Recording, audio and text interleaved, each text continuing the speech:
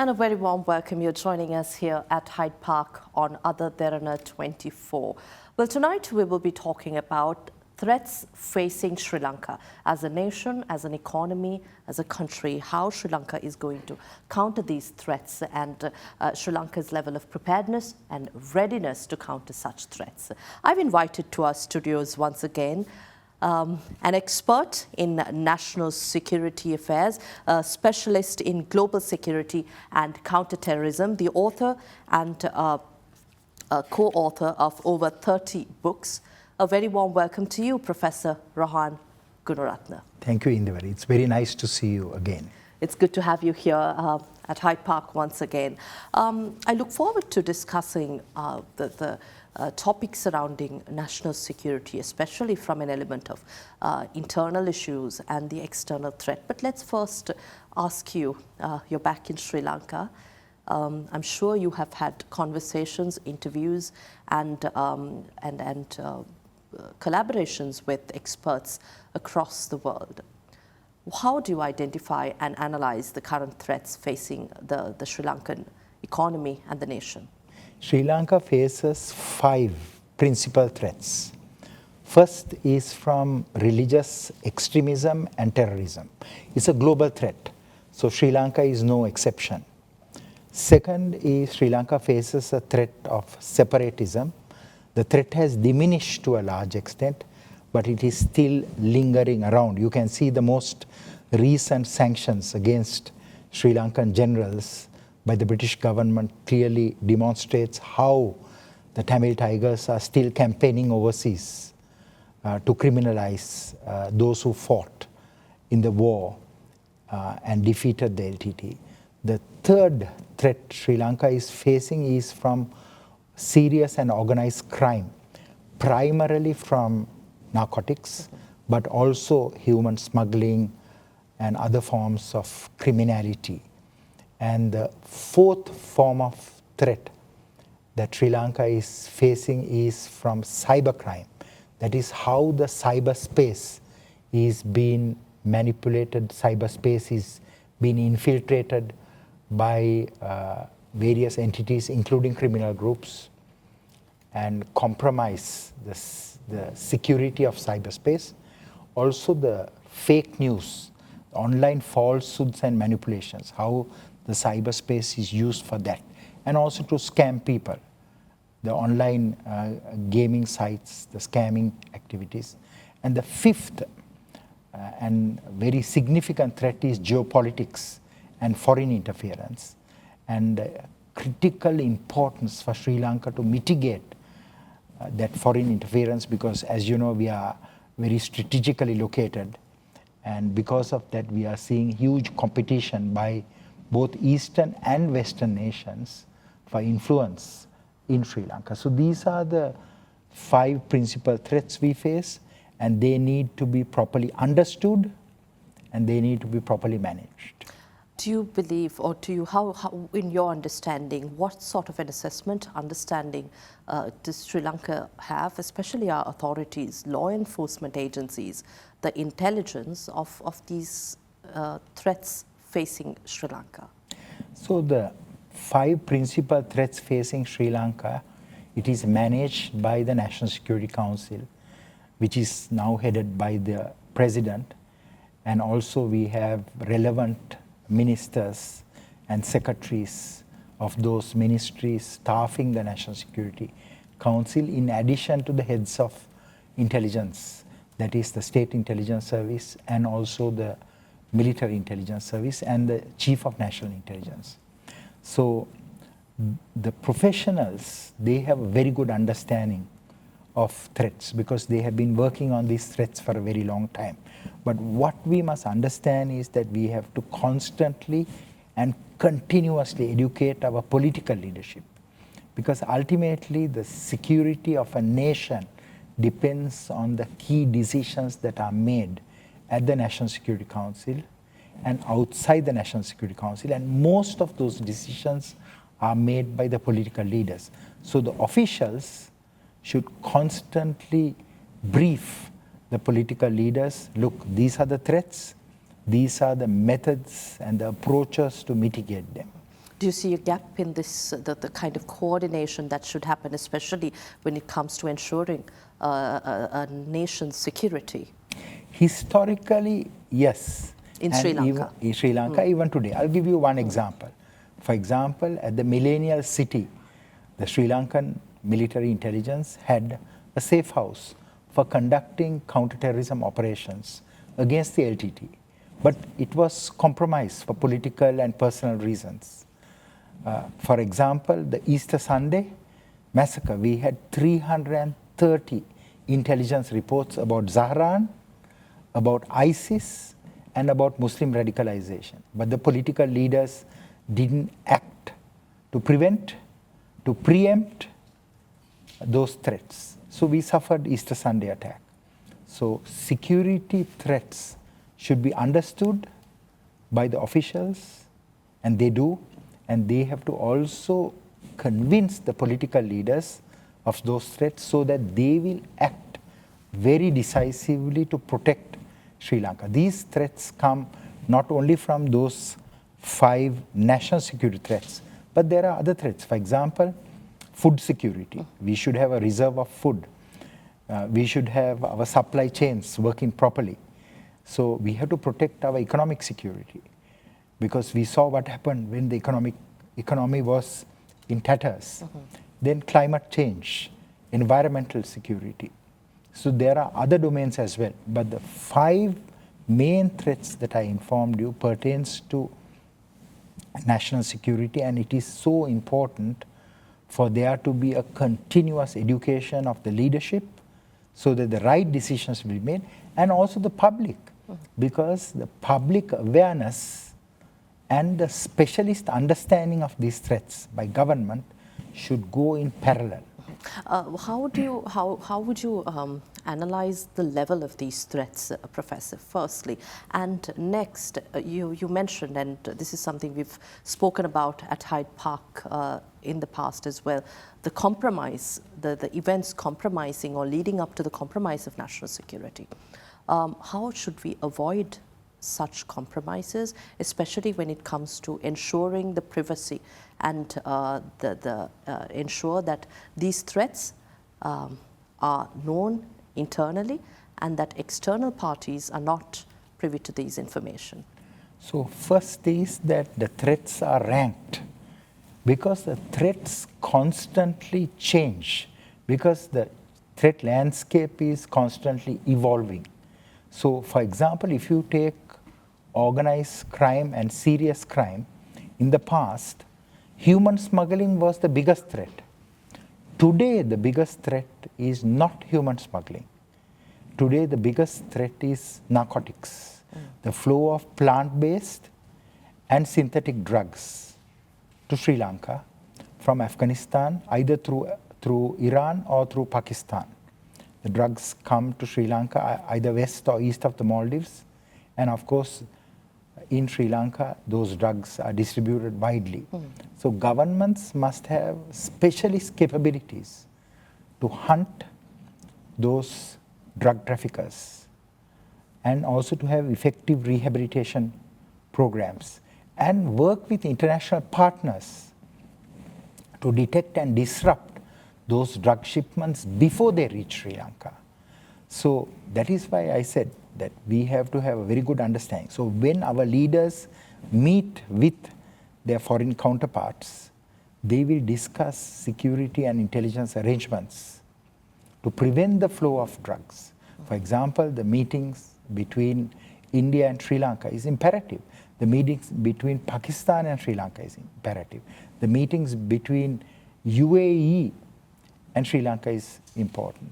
Similarly, Iran and Sri Lanka, because the drug flows, the interdictions, the source countries, the transit countries, all that we have to work with regional partners.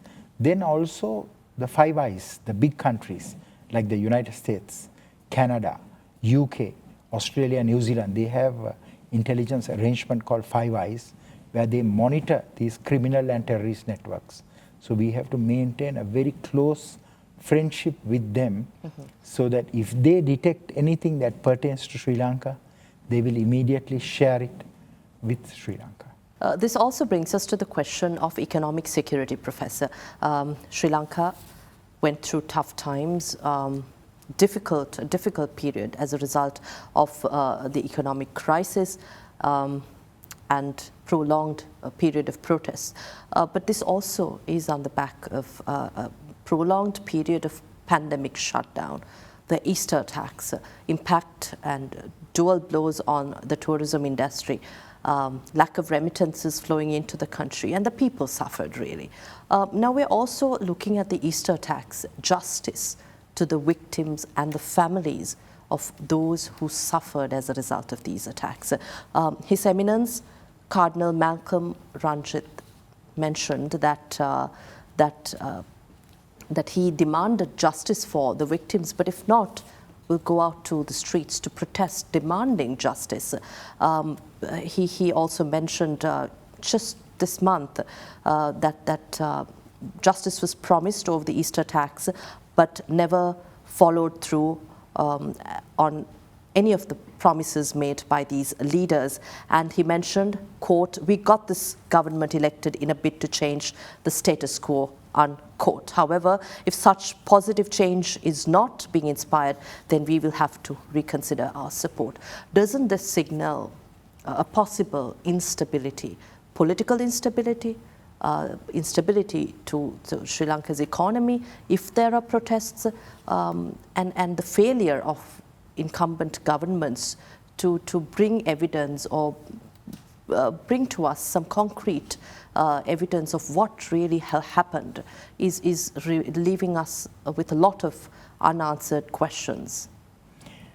Malcolm Cardinal Ranjith is the most powerful man in Sri Lanka because he displaced the Sirisena regime, he displaced the Gotabaya Rajapaksa regime, he displaced the Ranil Wickremesinghe regime, and now he is threatening President Anurakumara Dissanayake that he is going to go to the streets if by the 6th anniversary of the Easter attacks, if there is no resolution to the Easter Sunday massacre. And that is the very reason I wrote this book. In fact, I got also a translation of the same book. The English book says the Sri Lanka's Easter Sunday massacre, lessons for the international community. The Sinhala book, which just came out, in that I say that it is Sri Lankave Pasku Irda Prahare Ugat Yutu Padam. It is because I don't think we have learnt the lessons from the Easter Sunday attack. So there are three principal lessons. One is that religious extremism is the preeminent threat to Sri Lanka. We have to deal with it. We have to rehabilitate those who staged the attack. We have to do programs on the ground to prevent continuing radicalization on the ground. Third is, we must never compromise national security for personal and political gain. There are 6 reports, including a Presidential Commission of Inquiry into the Easter Sunday attack by Justice Janak De Silva, which is very comprehensive. This report should be translated to Sinhala and should be disseminated for the public to know. Government itself, the president, the ministers, the secretaries of those ministries should openly come and say that all investigations clearly show that this attack was not staged by an intelligence service or by the Sri Lankan military or a foreign entity, but by a group of people led by Zaharan Hashim, who was influenced by ISIS ideology. Zaharan himself says that in a video that he has released, and the US Department of Justice, they have indicted now for Maulavi, they have indicted Milhan, the ideologue and the military wing leader and others who conducted this attack. So the Australians, New Scotland Yard, Interpol, and of course the FBI, they have all investigated this attack, and when the government asked them for additional details, They say refer to the reports that we have already submitted. So government should have the resolve, the strength to come and say that there is no political conspiracy behind this attack, that it was a terrorist attack consistent with other attacks that have been conducted. If government is not going to do this, what's going to happen is terrorism will repeat because extremism will persist. Second is that innocent people have been identified by conspiracy theorists and their lives will be a challenge. And third is it will lead to instability of this country. Government should not allow protests based on Easter Sunday massacre or any other issue, because protests will destabilize a country. Government, if they permit these large-scale protests that we witnessed in the past to take place, our social harmony will be compromised, our political stability will be compromised, and our economic prosperity will be compromised. Right? How do you look at it, Professor, from the angle of freedom of expression, the right to demand justice? The right to protest is there, but you can't have hundreds of people or thousands of people coming and protesting. You can have a representative group of 5 or 10 people. The police can issue them a license. They can come and protest for 1 or 2 hours, and government should consider their main demands, and after that the protest should end. But isn't that also suppression in some form? Is this done anywhere else in the world? Yes, absolutely. In many countries of the world, they will allow protesters only to protest during a certain period and a certain number of protesters. And of course, government will look into those issues seriously, and we should. But we should not allow for protesters to come and destabilize a country. And every government should serve its time, because that government has been elected. So the JVP, NPP government should serve its time. The same way, if the SLFP is elected, they should serve its time. But are you saying then President Gotabaya Rajapaksa, during the struggle, due to mass protests, he vacated his post as president? Are you saying that shouldn't have been the case for Sri Lanka? It shouldn't have been a case. President Gotabaya... But the people didn't want him.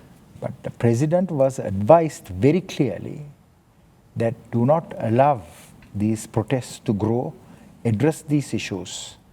But he thought in his mind that it is democracy to allow these people to come. Today, protests are being used globally to destabilize elected governments. So, President Anup Kumar Dissanayake should complete his term of office. We saw that Khalida Zia was ousted out of Bangladesh. How many people voted for Khalida Zia? How many people voted for Gotabaya Rajapaksa? Right? How many people have voted for Anup Kumar Dissanayake? But if 10,000 protesters come, if 100,000 protesters come, still that doesn't represent the people who voted. So protest should not be a mechanism to destabilize elected governments. And if we do that, what's going to happen is Sri Lanka will have no social harmony, will have no political stability, and Sri Lanka will have no economic prosperity. So protests should be permitted, but in limited number for a limited period of time in a designated area. President Gotabaya Rajapaksa did have a designated area. He had a designated area which is not an appropriate area, that further ruined and damaged the economy of the country. But this was also, Professor, mass protests due to the crisis, because of the kind of the impact people felt, lack of essentials. So how do you think the region, we saw what happened in Bangladesh, but how do you think other nations who have successfully navigated such issues as listening, paying heed to the people's voices while also ensuring economic prosperity has got around such cases? All governments should create a National Economic Council. The National Economic Council like the National Security Council, should advise the president, should advise the relevant ministers and the secretaries and the departments, look, you're going to have a crisis. You have a shortage of fuel, you have a shortage of food, you have a shortage of medicine, you have a shortage of oil and gas. And that such a system didn't exist. So there must be leaders who understand the economy of a nation. Right now, former President Ranil Wickremesinghe's model is being used by the current government because economic model. The economic model, right? So what is important is President Anura Kumar Dissanayake to have a National Economic Council, invite even people who are outside his government to staff that body and advise him how to move from stabilization of the economy to the recovery phase. We really haven't entered, Sri Lanka has not yet really entered the recovery phase. So, to quote the Prime Minister and the Crown Prince of Saudi Arabia, Mohammed bin Salman, he summoned a meeting of his national security intelligence chiefs, and he said that economic security is the most important branch of security, and this should be addressed by specialists, people who understand finance, people who understand economics. But during President Gotabaya Rajapaksa's time, there weren't people who understood even the meaning of GDP. Their eyes glazed when people asked them and spoke to them about GDP. We had some brilliant economists from the World Bank and other entities that met with President Gotabaya Rajapaksa and his staff didn't understand what was going to happen, and they told that the country's economy is going to collapse. Coming back to the Easter attacks and justice for the victims, President Anura Kumar Dissanayake mentioned recently that the Criminal Investigations Department is currently working towards exposing a significant group responsible for the attacks, and the revelation will be made before the 21st of April, before the 6th year anniversary of the Easter massacre here in Sri Lanka. Again, going back to the Channel 4 revelation, which shook Sri Lanka and the world, a documentary titled Sri Lanka's Easter Bombings Dispatches back in 2023, where ex-director of the State Intelligence Service, Major General Suresh Saleh, was accused of aiding the terrorist. Now, with all these documentaries to certain others giving evidence, and there have been on the news, on current affairs programs, certain presidents, regimes implicated for organizing, supporting the terrorists to carry out the attacks in Sri Lanka. What is your understanding of the evidence that Sri Lanka has so far, and those who were involved in Sri Lanka? Do you still stand by the fact that the ISIS had any links to the attacks? The Channel 4 documentary is based on an asylum seeker, Asad Maulana, and he is a criminal because he has forged documents.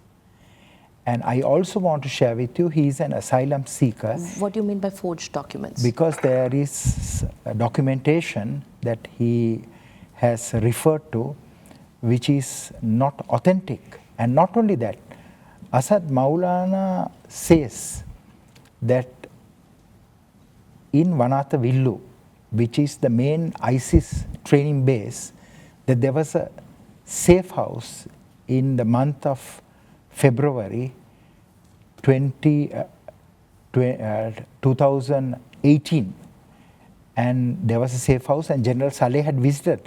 There was no such safe house. That safe house was established only in October of 2018, based on the testimonies we have. So, according to the evidence, there was no such safe house, and Asad Maulana fabricates that there was a safe house during that period, and that's the time General Suresh Saleh was at the National Defense University in India. He was a student there. So the travel records also doesn't match that he came to Sri Lanka and met with Zaharan. So it's a fabricated statement by asylum seeker. But this shouldn't surprise us because 95% of the Sri Lankan asylum seekers, they fabricated evidence. The Canadian government has said that. So I want you to know that a man who has served in the military, in the intelligence community, and in our overseas missions, total of 37 years of service, unblemished record. Are we going to believe him? Are we going to believe the evidence that the foreign governments have? Do you still stand by the fact that your books, the authored books, where you clearly mention that the ISIS had links to the attacks? Yes. The Islamic State. Yes, because I interviewed the ISIS ideologue, a man called Naufal Maulavi, a very convincing ideologue. I interviewed Milhan, the head of the military wing of ISIS. I interviewed Hadia, Zaharan's wife or widow. I interviewed almost all the significant detainees. I reviewed all the reports, including the foreign intelligence and the investigative reports. I've reviewed 337 intelligence reports produced by the Sri Lankan intelligence services, the SIS, the State Intelligence Service, military intelligence, naval intelligence, air intelligence, our STF intelligence, and also by our police special branch. So I want to say that when people speak, they must speak based on evidence. In the case of Asad Maulana, he's an asylum seeker and there was no evidence presented. And Justice Imam, a brilliant Sri Lankan judge, he investigated this allegation and he has produced a report called the Justice Imam Report. This report should be translated to Sinhala and it should be shared widely, and every political leader, every member of parliament, every citizen, the cardinal, they should read this report because there is very clearly Justice Imam have explained that this attack is attack by ISIS or the Islamic State, and that is consistent with attacks we have seen throughout the world during that period. Right, I think it's time we take a short break here at Hyde Park. We are in conversation with Professor Rohan Gunaratne, National Security Specialist on the current threats facing Sri Lanka. We'll be right back after this short break. Do stay with us.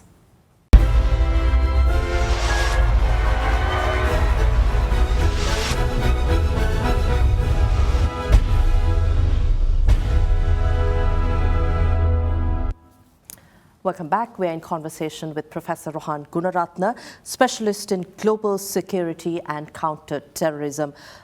Professor Gunaratne, we've been talking about threats facing the Sri Lankan economy and also justice to the victims and families of Easter attacks.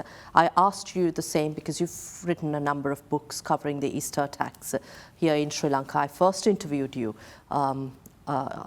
following the Easter attacks to understand the perpetrators behind the attacks here in Sri Lanka. Whether there is new evidence or not, Sri Lanka, as you highlighted, face a number of other threats as well. I'd like to maybe look at the geopolitical situation facing Sri Lanka.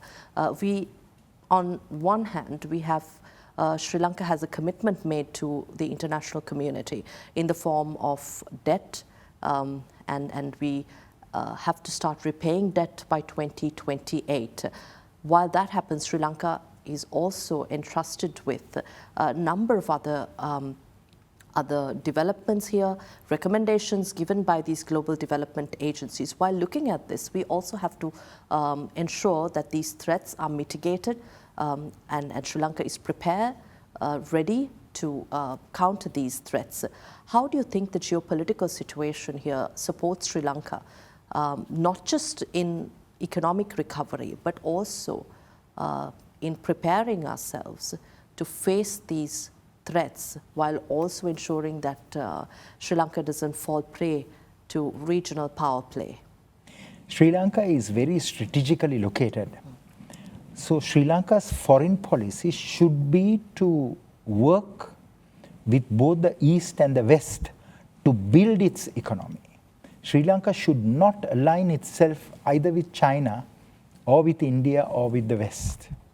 Sri Lanka should work with all the powers to stabilize its economy and recover its economy. There's nothing more important.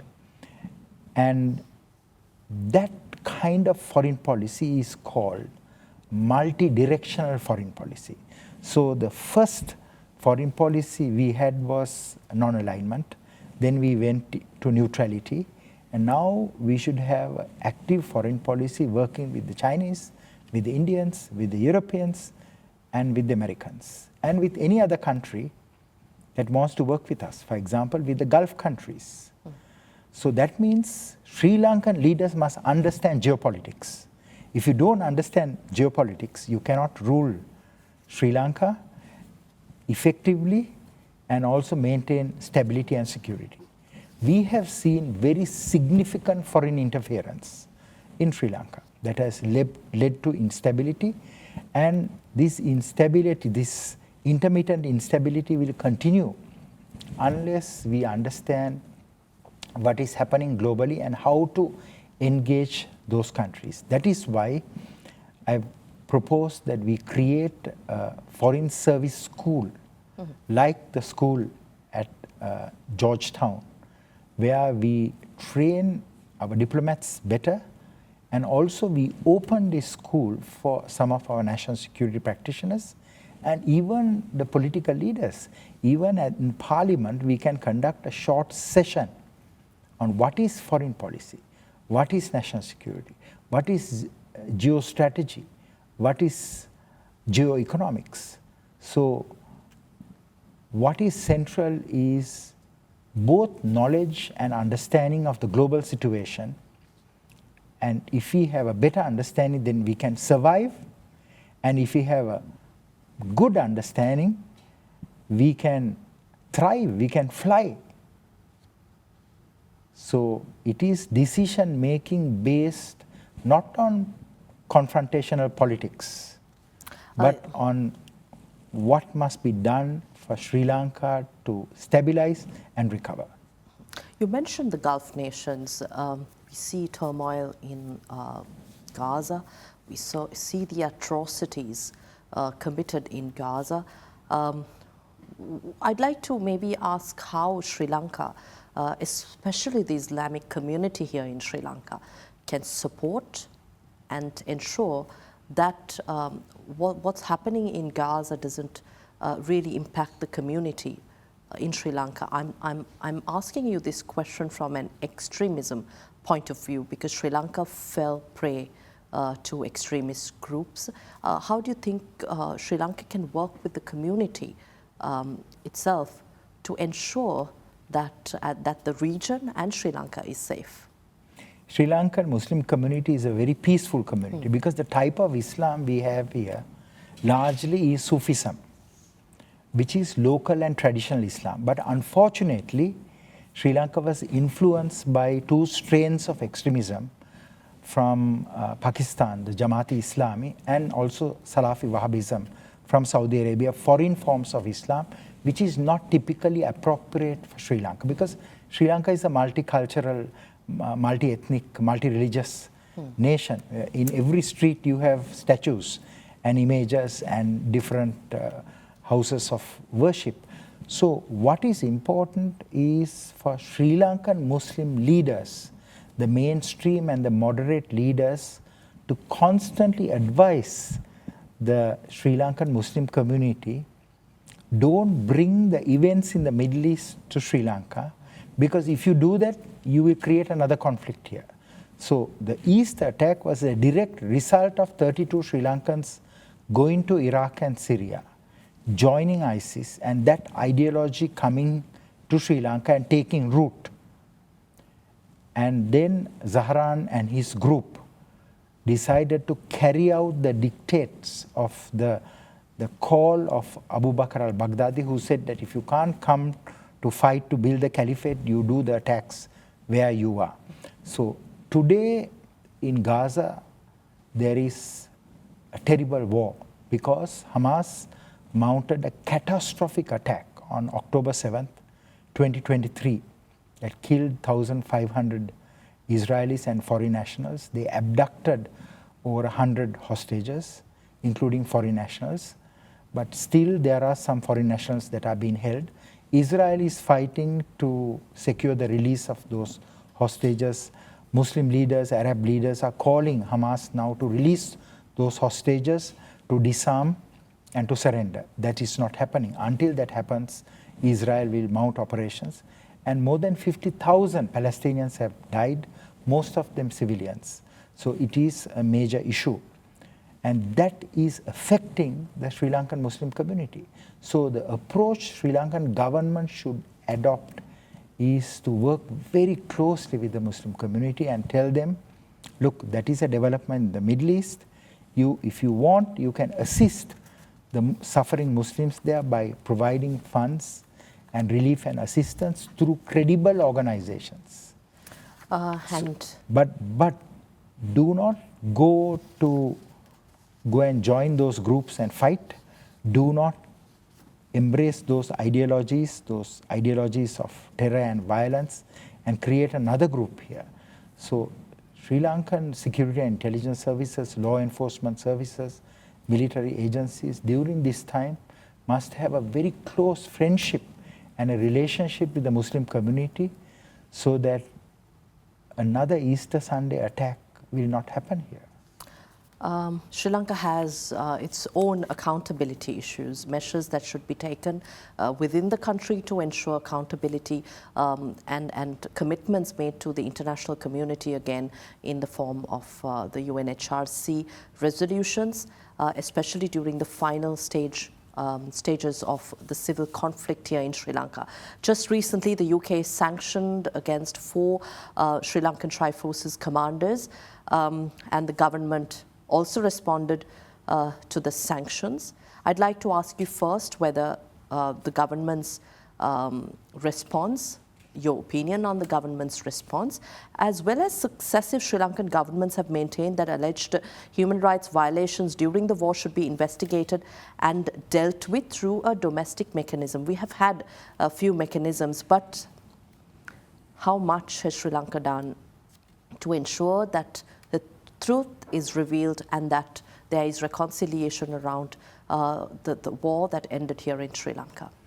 It is vital for Sri Lanka to strengthen that domestic mechanism, because the Sri Lankan security forces did not kill civilians deliberately. But as in every war, there are civilian deaths because terrorists always hide behind civilians. We call it a human shield. They use places of religious worship, they use schools, they use hospitals, and they use other areas where civilians are there in large number. So government can investigate any specific allegations that any foreign government or any domestic entity presents to government, because there's nothing to hide. There was no deliberate and systematic killing of Tamils, because more than 50% of the Tamil community lived in the south. There was no genocide. So what is important is for Sri Lanka to understand why the UK sanctioned these 4 individuals. Why? It is because when the war ended, or when the war was about to end, the Sri Lankan military identified two centers of gravity. One was the leadership. That is why Prabhakaran was eliminated, and the LTT leadership was decimated. Second is the LTT international network that did propaganda, fundraising, procurement of weapons and dual-user technologies, and shipping. So 90% of the LTT weaponry came from North Korea. The Americans helped to sink the LTT fleet. But that international network, the remnants of it still survives, and Britain, Canada, Australia, they're the main hubs of this network. So in Britain, where the LTT International Secretariat was based for a long time, they are able to apply constituency pressure on the British political leaders, promising them votes, promising them donations. So naturally, those politicians will influence the British government to have sanctions. And that is how General Jagat Jayasuriya, General Shavindra Silva, the Admiral of the Fleet, Vasantha Karanagoda, they have been listed. So Sri Lanka should specifically ask, where is the evidence? Present us the evidence. And based on that evidence, take action if there is evidence. The fourth person is Karuna, who was the Eastern commander, who broke away from Prabhakaran and fought against the LTT units that were under Prabhakaran. So I think that it is very clear that this set of sanctions is not based on evidence. It is based, largely driven by politics. But if Sri Lanka has ensured the internal investigation and ensured that national reconciliation and also commitments made to accountability is investigated here in Sri Lanka, do you think the international community would continue to pressure Sri Lanka with human rights measures taken internationally? It is a weakness on the part of successive Sri Lankan governments that they didn't investigate those allegations thoroughly. And it is also weakness that the LLRC recommendations were not implemented comprehensively.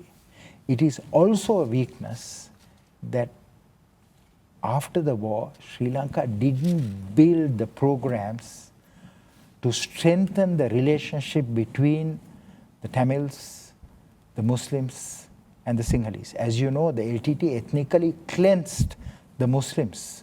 From the north, 80,000 Muslims were expelled. Also from the east, also the Sinhalese were expelled from the northeast.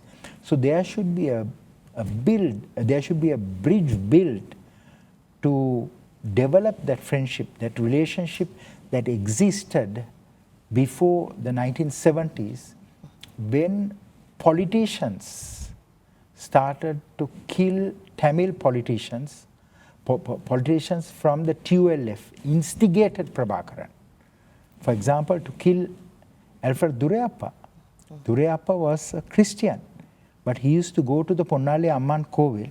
Prabhakaran came and assassinated him. Who instigated Prabhakaran? It is the politicians of the TUF. So what is important is that we must prevent that kind of incitement to violence.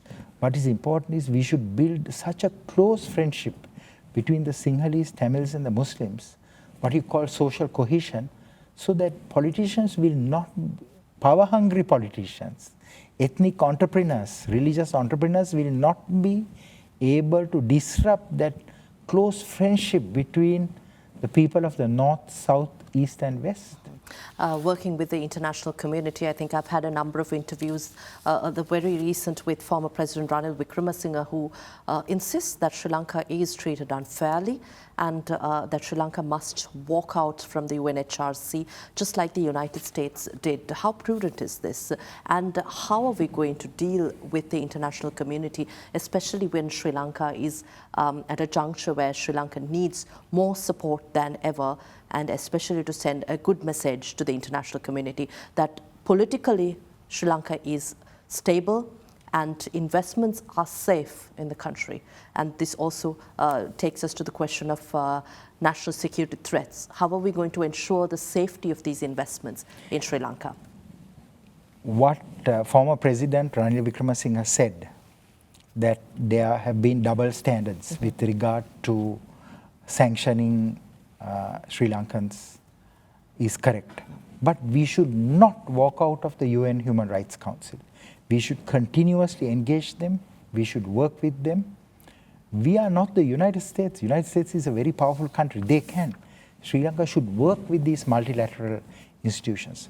If Sri Lanka can learn from the lessons of the past, Sri Lanka can develop itself into one of the most developed nations. It can become like the UAE of the Middle East or Singapore of Asia.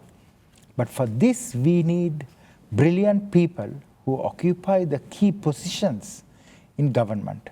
So I ask Sri Lankan people, send your sons and daughters to study at Oxford, to study at Cambridge, to study at Harvard, to study at Princeton, to study at Stanford, in the globally ranked universities, so that they can come back, they can rebuild this country. Because there was a period where we didn't do that. So our education system, the standards have diminished. None of our universities are today globally ranked.